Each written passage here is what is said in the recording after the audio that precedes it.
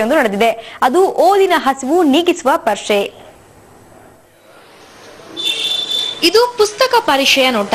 ಕಥೆ, ಕವನ, ಕಾದಂಬರಿ, ನಾಟಕ, ರಾಜಕೀಯ, ಆರೋಗ್ಯ ಹೀಗೆ 10 ಹಲವು ವಿಷಯಾಧಾರಿತ ಪುಸ್ತಕಗಳು ಈ ಪರೀಕ್ಷೆಯಲ್ಲಿ ಇದ್ವು. ಬಸವನಗುಡಿಯಲ್ಲಿ ನಡೆದ ಈ ಪರೀಕ್ಷೆಯಲ್ಲಿ ಒಬ್ಬರಿಗೆ 1 ಪುಸ್ತಕ ಉಚಿತ. ನಿಮ್ಗೆ ಇಷ್ಟವಾದ ಒಂದು ಪುಸ್ತಕವನ್ನ ನೀವು ಫ್ರೀಯಾಗಿ ಮನೆಗೆ ತೆಗೆದುಕೊಂಡು ಹೋಗಬಹುದು.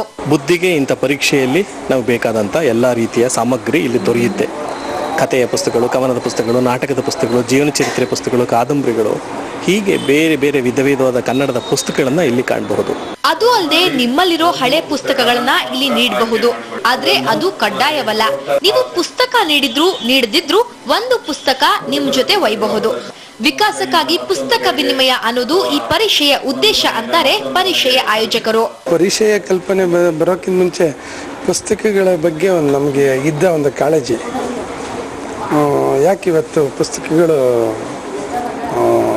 ಹೆಚ್ಚು ಜನ ನಾವೇ ಓದಕ್ಕೆ ಸಾಧ್ಯ ಆಗ್ತಿಲ್ಲ ಅನ್ನೋದು. ಬಟ್ ಅದಕ್ಕೊಂದು ಏನಾದರೂ ಒಂದು ಆರೋಗ್ಯಕರ ಕ್ರಾಂತಿ ಮಾಡಬೇಕು ಅನ್ನೋದು ಮನಸ್ಸಲ್ಲಿತ್ತು. ಒಟ್ಟಾರೆಯಾಗಿ ಈ ಪುಸ್ತಕ ಪರೀಕ್ಷೆಯಲ್ಲಿ ನೆರೆದಿದ್ದ ಜನ ಪುಸ್ತಕ ಪ್ರೇಮವನ್ನ ಮೆರೆದ್ರು. ಪುಸ್ತಕಗಳನ್ನ ಓದೋರು ಕಮ್ಮಿ ಆಗ್ತಿರೋ ಈ ಕಾಲದಲ್ಲಿ ಇಂಥ ಕಾರ್ಯಕ್ರಮಗಳು ಅನಿವಾರ್ಯ ಅನ್ನೋದು ಎಲ್ಲರ ಮಾತು. ಪುಸ್ತಕದ ಸಂಘ ಹೆಜ್ಜೇನಿನ ಸಂಘ ಇದ್ದಂತೆ. ಇಂಥ ಸಂಘವನ್ನು ನಿಮ್ಮದಾಗಿಸೋದೇ ಪುಸ್ತಕ ಪರೀಕ್ಷೆಯ ಉದ್ದೇಶ.